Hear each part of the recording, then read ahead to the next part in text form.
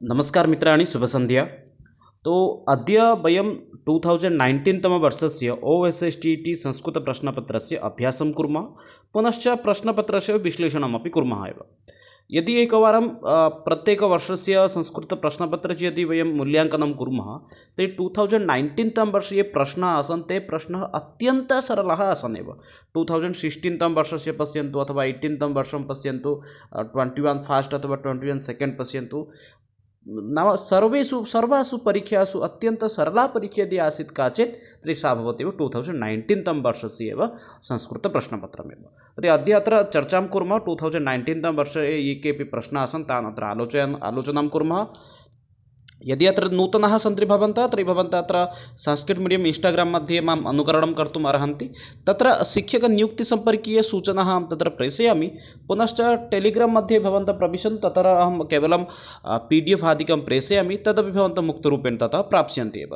तर्हि शुभारम्भं कुर्मः एव। अत्र प्रथमप्रश्नः किम् अस्ति पश्यन्तु एकवारं। प्रथमप्रश्नः मध्ये नाम इत्यस्य इङ्ग्राजीरूपं किम् अस्ति? नामन्, नामिन्, नेम्, नामिन्।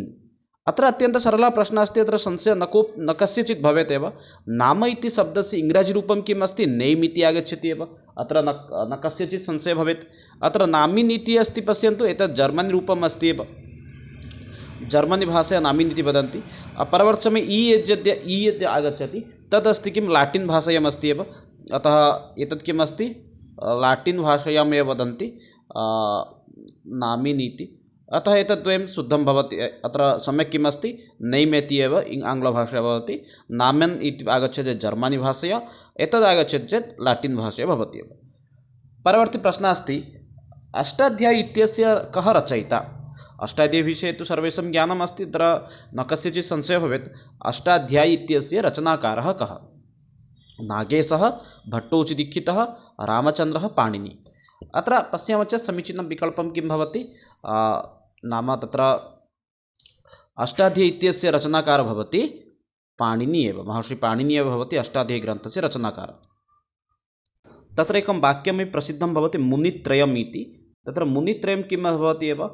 प्रारम्भिकसमये व्याकरणकारः अष्टाध्यायी इत्यस्य रचनाकारः पाणिनिः भवति। पुनश्च अनन्तरम् आगच्छति महाभाष्यस्य रचनाकारः महर्षि पतञ्जलि। एवं प्रकारेण मुनित्रयस्य अपि नैकेषु स्थानेषु चर्चा भवति एव। अग्रे पश्यन्तु, संस्कृतभाषया प्राचीनं रूपं किम् अस्ति? गद्यं, सङ्गीतं, छन्दः, सूत्रः। संस्कृतभाषया प्राचीनं रूपं भवति छन्दः इति। अत्यन्तं सरलः एव प्रश्नः अस्ति। संस्कृतभाषया प्राचीनरूपं किम् अस्ति? छन्दः इति।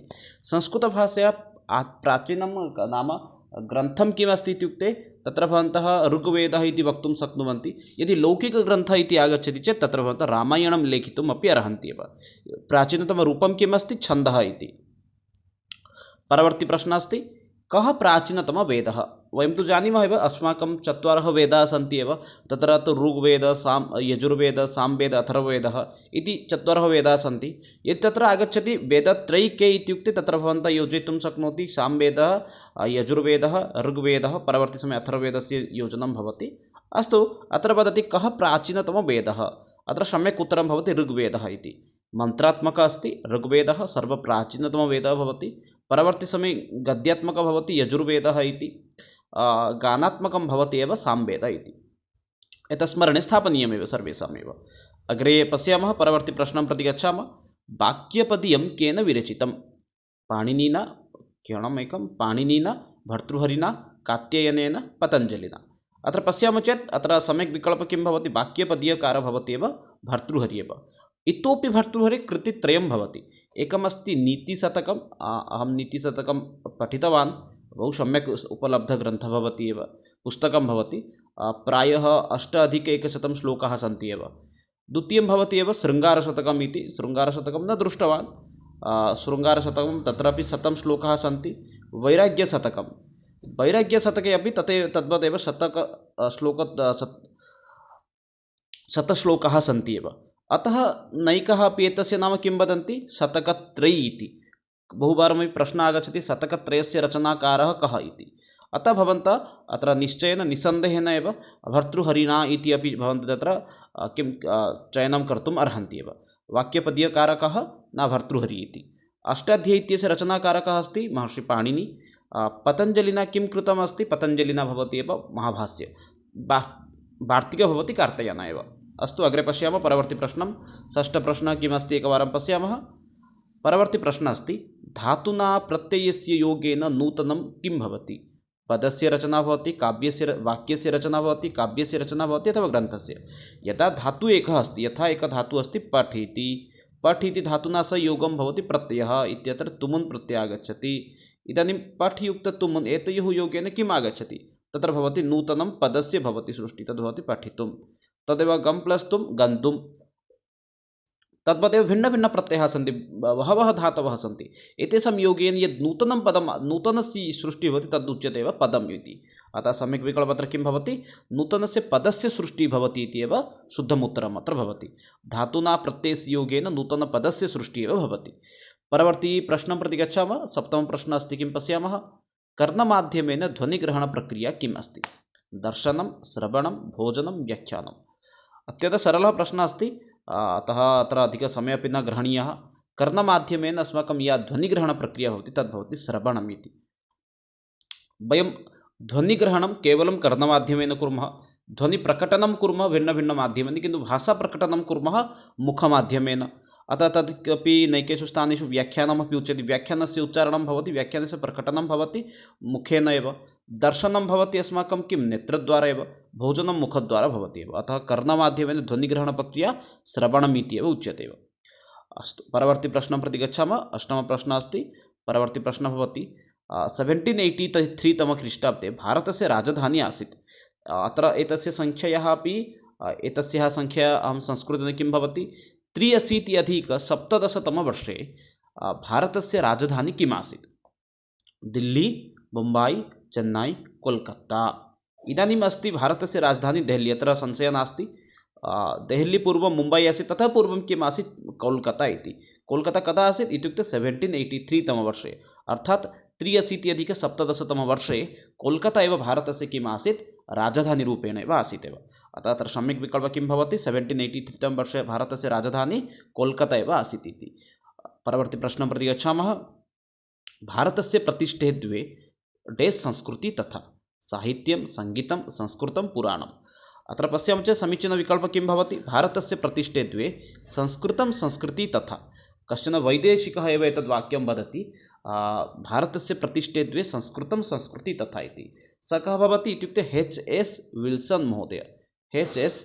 विल्सन् महोदय किं करोति, एव स्वस्य वक्तव्ये वदति भारतस्य प्रतिष्ठे द्वे संस्कृतं, संस्कृति तथा इति। सम्यक् विकल्प संस्कृतम् इति भवति। परवर्ती प्रश्नं पश्यन्तु। कुमारसम्भवस्य रचनाकारः कः कवि इति। क्षम्यतां, रचनाकारः कवि एतयोः मध्ये न प्रभेदः भवति। कुमारसम्भवस्य रचनाकारः कः, माघ, भारवी, श्रीहर्ष, कालिदासः। अत्र पश्यामः चेत् तत्र सम्यक् विकल्पः किं भवति एव, कालिदासः भवति एव कुमारसम्भवस्य एव रचनाकारः। कालिदासस्य 7 कृतयः सन्ति। महाकाव्यद्वयम्, एकमस्ति कुमारसम्भवः, द्वितीयमस्ति रघुवंशः इति। नाटकत्रयम् इत्युक्ते रूपकत्रयम्, अभिज्ञानशाकुन्तलं, विक्रमोर्वशीयं, पुनश्च मालविका अग्निमित्रम्। एवं प्रकारेण नाटकत्रयं, पुनश्च द्वयं भवति खण्डकाव्यम्। एकं प्रारम्भिकसमये किं खण्डकाव्यं भवति, एकं खण्डकाव्यम् अस्माकं वर्तते ऋतुसंहारः इति, प्रथमं खण्डकाव्यं भवति। परं भवति मेघदूतम् इति। बहुवारमपि एवमपि प्रश्नः आगच्छति एव, नाम कालिदासस्य प्रथमकृतिका अस्ति अथवा प्रसिद्धकृतिका अस्ति, तत्र भवन्तः अभिज्ञानशाकुन्तलं तस्य प्रसिद्धा कृतिः अस्ति, तदपि भवन्तः चेतुम् अर्हन्ति एव। अस्तु अन्येषां कवीनां विषये अग्रे चर्चां कुर्मः। कवीनां सम्पर्के यदा चर्चा भवति, इदानीं यदि कवीनां विषये चर्चां कुर्मः चेत् सत्रं कदाचित् अधिककालः गच्छति एव। परवर्ती प्रश्नं पश्यन्तु। CAR इत्युक्ते कार् पदे संस्कृते किं स्यात्। कार् इति पदं संस्कृते किं स्यात्, क्षुद्रयानं, चतुश्चक्रयन्त्रं, कार्, मोटरम् इति। पश्यामः चेत् तत्र समीचीनविकल्पः किं भवति, कार् इति पदस्य संस्कृते किं भवति, कार् इति एव भवति। यत् आङ्ग्लभाषया अस्ति तदेव संस्कृते उच्यते कार् इति, न तत्र किमपि परिवर्तितं भवति एव। परवर्ती प्रश्नं प्रति गच्छामः। परवर्ती प्रश्नः भवति 12 प्रश्नः। भण्डारकरमतेन अनुवादपद्धतिः कतिविधा, द्विविधा, त्रिविधा, चतुर्विधा, पञ्चविधा। भण्डारकर तु भवन्तः जानन्ति एव, श्रीगोपालकृष्णभण्डारकरः महोदयः। तस्य मतानुसारम् अस्माकं यद् अनुवादपद्धतिः सः एव मुख्यतः भवति एव भारते एव अनुवादपद्धत्या एव प्रारम्भकर्ता, अतः तस्य नाम्ना एव भवति भण्डारकरपद्धतिः इति। अतः अत्र प्रश्नं करोति भण्डारकरस्य मतानुसारेण अनुवादपद्धतिः कतिविधा इति। तस्मिन् विषये न चर्चां कुर्मः। भण्डारकरपद्धतिविषये अग्रे कदाचित् अहं स्वतन्त्रं सत्रम् आनयामि एव। भण्डारकरमतानुसारम् अस्माकम् अनुवादपद्धतिः चतुर्विधा भवति। प्रारम्भिकसमये आगच्छति मातृभाषाविधिः, परवर्ती समये आगच्छति पुस्तकविधिः, तृतीये आगच्छति दुभाषीयविधिः, पुनश्च चतुर्थे आगच्छति तुलना, पुनश्च अनुवादविधिः। एवं प्रकारेण चतुर्षु भागेषु एव किं भवति, तद् भण्डारकरः अनुवादपद्धतिः विभक्तं करोति। इत्युक्ते पुनरेकवारं वदामि, भण्डारकरमतानुसारम् अनुवादविधिः चतुर्विधा भवति। एकं भवति मातृभाषाविधिः, पुस्तकविधिः, दुभाषीयविधिः, पुनश्च तुलना अथवा अनुवादविधिः इति नाम्ना एव चतुर्षु भागेषु विभक्ता भवति एव। परवर्ती प्रश्नमस्ति शास्त्रं श्रुत्वा कण्ठस्थीकरणं प्रणाली। शास्त्रं शृणुमः वयं, तदेव शास्त्रं श्रुत्वा तम् एव विषयं यदि कण्ठस्थीकरणं कुर्मः तर्हि सा का विधिः उच्यते अथवा का प्रणाली उच्यते। आधुनिकप्रणाली, पारम्परिकप्रणाली, आरोहप्रणाली, अवरोहप्रणाली। पश्यामः चेत् अत्र समीचीनविकल्पः किं भवति, यदि शास्त्रं पूर्वस्मिन् समये आसीत्, किम् आसीत्, गुरुकुलपरम्परासु शिष्यः यः आसीत् सः शिष्यः किं कुर्वन् आसीत्, न शिक्षकस्य मुखात् गुरुमुखात् एव वाक्यं श्रुत्वा स्वस्मरणे स्थापयन् आसीत्। अतः अत्र सम्यक् विकल्पः किं भवति, शास्त्रं श्रुत्वा कण्ठस्थीकरणमेव पारम्परिकप्रणाली उच्यते एव। आधुनिकप्रणालीषु भवन्तः द्रष्टुम् अर्हन्ति तत्र प्रत्यक्षविधिः, परोक्षविधिः, पुनश्च भण्डारकरविधिः एताः पद्धत्याः आगच्छन्ति। आरोहपद्धतिमध्ये किं भवति, आरोह अवरोहपद्धतिमध्ये व्याकरणस्य शिक्षादानं चलति। अतः सम्यक् विकल्पः अत्र किं भवति, पारम्परिकविधिः एव सम्यक् उत्तरं भवति, शुद्धम् उत्तरं भवति एव। अस्तु, परवर्ती प्रश्नं प्रति गच्छामः। 14 प्रश्नः अस्ति, व्यावहारिकं व्याकरणं किम् उच्यते। प्रकृतव्याकरणं, छद्मव्याकरणं, पाणिनिव्याकरणं, सारस्वतव्याकरणं। व्यावहारिकं व्याकरणं किं व्याकरणम् इति उच्यते। अत्र सम्यक् विकल्पं यदि पश्यामः, सम्यक् विकल्पः भवति व्यावहारिकं व्याकरणं छद्मव्याकरणम् इति उच्यते एव। अत्र प्रकृत इति स्थाने प्राकृत इति भवति, प्राकृतव्याकरणम् इति भवति, प्रकृत इति न अशुद्धं भवति। अतः सम्यक् विकल्पः किं भवति, छद्मव्याकरणमेव व्यावहारिकव्याकरणम् इति एव उच्यते एव। परवर्ती प्रश्नः अस्ति, संस्कृतशिक्षणार्थं डेस् अध्ययनम् आवश्यकम्। यदि भवन्तः संस्कृतं यदि पठितुम् इच्छन्ति तर्हि भवतः कृते किम् अनिवार्यम् अस्ति, श्लोकस्य पठनम्, इतिहासस्य पठनं, व्याकरणस्य पठनम् अथवा भूगोलस्य पठनं। सम्यक् उत्तरम् अत्र किं भवितुम् अर्हति, भवन्तः वक्तुं शक्नुवन्ति एव। संस्कृतशिक्षणार्थं कस्य अध्ययनम् अत्यन्तम् आवश्यकं भवति। अत्र पश्यामः चेत् समीचीनः विकल्पः किं भवति, व्याकरणस्य पठनम् इति। संस्कृतपठनार्थं, संस्कृतशिक्षणार्थं व्याकरणस्य पठनम् अनिवार्यं भवति एव। यदि भवन्तः व्याकरणं न पठन्ति, प्रारम्भिकसमये व्याकरणपठनस्य आवश्यकता नास्ति एव। प्रारम्भिकसमये यदि भवन्तः व्याकरणं न पठन्ति चलति एव, किन्तु शास्त्र अध्ययनं कर्तुम् इच्छन्ति तस्मिन् स्थाने भवन्तः निश्चयेन भवतां व्याकरणं पठनीयमेव। परवर्ती प्रश्नः अस्ति, व्याकरणं डेस् स्मृतम् इति। व्याकरणं किं स्मृतम् इति। श्रोतं, चक्षु, घ्राणं, मुखं।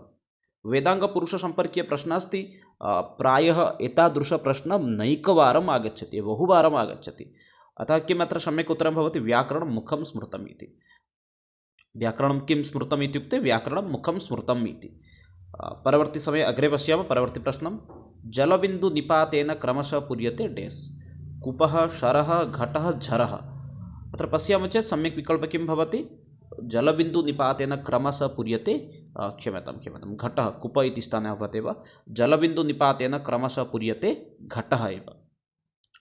प्रसिद्धं श्लोकः अपि अस्ति, सुभाषितं, जलबिन्दुनिपातेन क्रमशः पूर्यते घट, सकर्म सर्वविद्यानां धनस्य च धर्मस्य च। परवर्ती प्रश्नं प्रति गच्छामः। 18 प्रश्नः भवति, परोक्षपद्धति डेस् भागे गृहीता भवति। परोक्षपद्धतिं नाम शिक्षादानकाले कस्मिन् स्थाने व्यवहारं भवति, गद्य, पद्य, कथा, चम्पू। पश्यामः चेत् अत्र सम्यक् उत्तरं किं भवति, पद्यशिक्षादाने परोक्षरूपेण भवति एव, अतः पद्यम् इति वक्तुं शक्नुमः एव। परवर्ती प्रश्नः अस्ति, उपस्थापनसोपाने शिक्षकः प्रथमं किं करोति। आदर्शवाचनं, छात्रदर्शनं, कथाश्रवणं, पाठलिखनम्। उपस्थापनसोपाने प्रारम्भिकसमये शिक्षकस्य कार्यं किं भवति, आदर्शवाचनं, छात्रदर्शनं, कथाश्रवणं, पाठलिखनम्। अत्र पश्यामः चेत् अत्र समीचीनम् उत्तरं किं भवति, उपस्थापनक्षेत्रे प्रारम्भिकसमये आदर्शवाचनं करोति, शिक्षकः आदर्शवाचनं करोति। नाम प्रत्यक्षपद्धत्या कश्चन अंशः अस्ति। प्रत्यक्षपद्धतिमध्ये किं भवति, प्रारम्भिकसमये उपक्रमः भवति, एतत् स्मरणे स्थापयन्तु। पुनश्च उपस्थापना, अनन्तरम् अस्ति एव किमेव मूल्याङ्कनम् इति। एवं प्रकारेण त्रिषु भागेषु एतत् किं भवति, विभक्तं भवति एव। अतः उपस्थापनासोपाने शिक्षकस्य प्रारम्भिककार्यं किम् अस्ति एव आदर्शवाचनम् इति। परवर्ती प्रश्नः अस्ति, प्रयोगः डेस् भवति, प्रिपरेशन्, प्रेजेण्टेशन्, अप्लिकेशन्, कम्पेरिसन्। अत्र पश्यामः चेत् सम्यक् विकल्पः किं भवति, अप्लिकेशन् एव भवति एव। परवर्ती प्रश्नः अस्ति, एकमात्र विशिष्टः कालः कः, एकस्य वर्णस्य उच्चारणार्थं यदि एकः कालः एव आवश्यकः भवति तर्हि सः कालः किम् उच्यते, ह्रस्वः, क्षणमेकं, ह्रस्वः, दीर्घः, प्लुतः, गुरु। एकमात्र विशिष्टकालः कः भवति इत्युक्ते ह्रस्ववर्णस्य एव एकमात्र विशिष्टकालः भवति। दीर्घवर्णस्य द्विमात्रकालः, प्लुतवर्णस्य त्रिमात्रकालः। अत्र सम्यक् विकल्पः किं भवति, ह्रस्वस्य इति। ह्रस्ववर्णस्य एव उच्चारणनिमित्तम् एकमात्रकालस्य एव आवश्यकं भवति एव। परवर्ती प्रश्नः अस्ति, परा पश्यन्ति वैखरी डेश्च चतुर्विधा वाणी। बाणेः चतुर्विधाः सन्ति एव। प्रारम्भिकसमये किं भवति, परा, द्वितीयमस्ति पश्यन्ति, तृतीयमस्ति वैखरी, चतुर्थं किं, चतुर्थं भवति मध्यमा इति। बाणेः चतस्रः भागाः सन्ति इत्युक्ते परावाणी तद् ब्रह्मस्वरूपा भवति, पश्यन्ति अन्तसङ्कलनरूपा अस्ति, मध्यमा यदस्ति मध्यकार्यं करोति, वैखरी अस्ति प्रकटभूता अथवा प्रकाशरूपा एव भवति एव। अतः एवं प्रकारेण बाणेः चतुर्विधाः सन्ति एव। परवर्ती प्रश्नः अस्ति, मारुतस्तु उरसि चरन् मन्दं जनयति किम्। अत्र पश्यामः चेत् सम्यक् विकल्पः किं भवति, मारुतस्तु उरसि चरन् मन्दं जनयसि स्वरम् इति। अत्र सम्यक् विकल्पः स्वरम् इति भवति। कुत्रचित् अहं बलम् इति उक्तवान्, किन्तु अस्य सम्यक् उत्तरं किं भवति, स्वरम् इति। परवर्ती प्रश्नः अस्ति, श्रेणीगृहनिकटे उच्चाङ्गस्वरः पाठश्रवणे डे सृजति, वेगं, बाधा, वृद्धिम्, आग्रहम्। यदि श्रेणी कक्षा निकटे यदि वयम् उच्चस्वरेण पठामः तर्हि तेन का हानिः भवति, तेन किं भवति, बाधा सृजति, सृष्टिं भवति। का सृष्टिः भवति इत्युक्ते बाधा एव सृष्टिः भवति। परवर्ती अस्ति प्रश्नः, परवर्ती प्रश्नं पश्यन्तु, शिक्षणप्रणाली द्विविधा, एका अस्ति मौखिका, द्वितीया का पठनप्रणाली, श्रवणप्रणाली, लिखनप्रणाली, भाषणप्रणाली। पश्यामः चेत् अत्र सम्यक् विकल्पः किं भवति, अस्माकं शिक्षणप्रणाली द्विविधा अस्ति, एका मौखिका, अन्या एका अस्ति लिखनप्रणाली इति। वयम् अस्माकं पाठनस्य द्विविधा अस्ति, एका अस्ति मौखिकरूपेण पाठयामः, अपरं किम् अस्ति, लिखितरूपेण पाठयामः। अत्र सम्यक् विकल्पः अत्र किं भवति, लिखनप्रणाली इति। परवर्ती प्रश्नः अस्ति, पश्यन्तु, पाणिनिव्याकरणे व्याकरणमतेन संस्कृतभाषायां वर्णसङ्ख्या का, 40, 41, 42, षड्विंशतिः। एतेषु कः समीचीनविकल्पः भवति, अत्र प्रश्नं करोति एव। पाणिनीयमतानुसारं वर्णसङ्ख्या किं भवति, 42 भवति, 42 भवति। तत्र यदि गणनां कुर्मः तर्हि 9 तत्र किं भवन्ति, स्वराः सन्ति, 9 स्वराः। पुनश्च 25 किं भवन्ति, परवर्तने 25 वर्गीयव्यञ्जनाः। तदनन्तरम् इदानीं गणनां कुर्वन्तु, 34 भवति। पुनश्च 4 अन्तस्थवर्णाः, 4 उष्णवर्णाः। इत्युक्ते एवं प्रकारेण तेषां संख्या भवति एव 42 इति एव तत्र वर्णसङ्ख्या वदति एव। इत्युक्ते नववर्णः, स्वरवर्णः इत्युक्ते अ, आ, इ, उ, ऋ, ऋ, ए, ऐ, औ, एवं प्रकारेण लृ, एवं प्रकारेण इमे नववर्णाः सन्ति। 25 वर्णाः क, च, ट, त, प वर्गीयाः सन्ति, वर्गे ये 25 वर्णाः सन्ति। अनन्तरम् अन्तस्थः य, र, ळ, व, ह, य, र, ळ, व, य, र, ळ, व, 4 अन्तस्थः। उष्णवर्णः स, स, स, ह, एवं प्रकारेण 42 वर्णाः सन्ति एव। परवर्ती प्रश्नः अस्ति, विना शब्दं पठनं किम्, आक्षरिकपठनं, गृहपठनं, सस्वरं पठनं, मौनपठनम्। इत्युक्ते यत्र ध्वनिः एव न आगमिष्यति, शब्दमेव न भविष्यति, तादृशं पठनं कीदृशं पठनं भवति। पश्यामः चेत् अत्र सम्यक् विकल्पः किम् अस्ति, मौनपठनम् इति। यथा आक्षरिकपठनम् एकम् एकम् अक्षरं दृष्ट्वा स पठति, अतः तत् किम् उच्यते, आक्षरिकपठनम् इति। गृहपठनं गृहे स्थित्वा पठति, तत्रापि ध्वनिः आगच्छति। सस्वरपठने तु अधिकबलं गच्छति, तत्रापि स्वरमपि अधिकं गच्छति। अतः एते त्रयः विकल्पः अशुद्धं भवति। शुद्धं विकल्पः किम् अस्ति, मौनपठनं, यत्र शब्दः एव न आगच्छति। यथा भवन्तः रेलयानेषु पठन्ति, शब्दप्रदूषणस्थानेषु पठन्ति, तादृशं पठनं मौनपठनमेव उच्यते। परवर्ती प्रश्नः किम् अस्ति, पश्यन्तु, किं वर्णस्य उच्चारणस्थानं न भवति, कण्ठः, तालु, दन्तः, पादः। अत्यन्तसरलः प्रश्नः कश्चन पञ्चमश्रेणीकक्षायाः छात्राः वक्तुम् अर्हति एव। कण्ठतः वर्णस्य उच्चारणं भवति, तालुतः भवति, दन्ततः भवति, यदि न भवति चेत् तद् भवति पादः इति। अतः सम्यक् विकल्पः अत्र किं भवति, पादः इति। इतोपि अत्र सूत्राणि सन्ति एव। अकुवविसर्जनीयानां कण्ठः, इचुयशानां तालु। अतः अत्र न चर्चां करोमि, वर्णप्रकरणे एतस्मिन् विषये अस्ति एव, तद् द्रष्टुम् अर्हन्ति। आभ्यन्तरप्रयत्नः कतिविधः, अत्र वर्णप्रकरणात् पुनः प्रश्नः अस्ति, आभ्यन्तरप्रयत्नः कतिविधः इति प्रश्नं करोति एव। यदि पश्यामः चेत् आभ्यन्तरप्रयत्नः भवति पञ्चविधः इति। अत्र सम्यक् विकल्पः किम् अस्ति, पञ्चविध, अन्तिमविकल्पः एव भवति, क्षणमेकं। पञ्चविधाः सन्ति, ते च भवन्ति स्पष्टः, ईषत्स्पष्टः, पुनश्च ईषद्विवृतः, ईषद्विवृतः, संवृतः। एवं प्रकारेण आभ्यन्तरप्रयत्नः पञ्चभागेषु एव, क्षणमेकं, पञ्चस्थाने चत्वारः कथं भवति एव, पञ्चभागेषु एव विभक्ताः भवन्ति एव। स्पष्टः, ईषत्स्पष्टः, ईषद्विवृतः, विवृतः, संवृतः। अन्तिमप्रश्नः अस्ति, स्वरभेदात् त्रयः उदात्त अनुदात्त अन्तिमं किम् अस्ति। स्वरभेदात् त्रिषु भागेषु विभक्तः, एकं भवति उदात्तः, अनुदात्तः, अनन्तरं किम् अस्ति, स्वरितः इति। स्वरितः, उदात्तः, अनुदात्तः, एवं प्रकारेण त्रिषु भागेषु एव विभक्तं भवति एव। एतदासीत् मित्राणि 2019 तम वर्षस्य एव संस्कृतप्रश्नपत्रमेव। एतस्मिन् विषये चर्चां कृतवन्तः। पुनः अग्रिमसत्रे इतोपि चर्चां कुर्मः। तावत्पर्यन्तं विरमामि। जयतु भारतं, वदतु संस्कृतं, वन्दे मातरं। धन्यवादः मित्राणि, शुभरात्रि।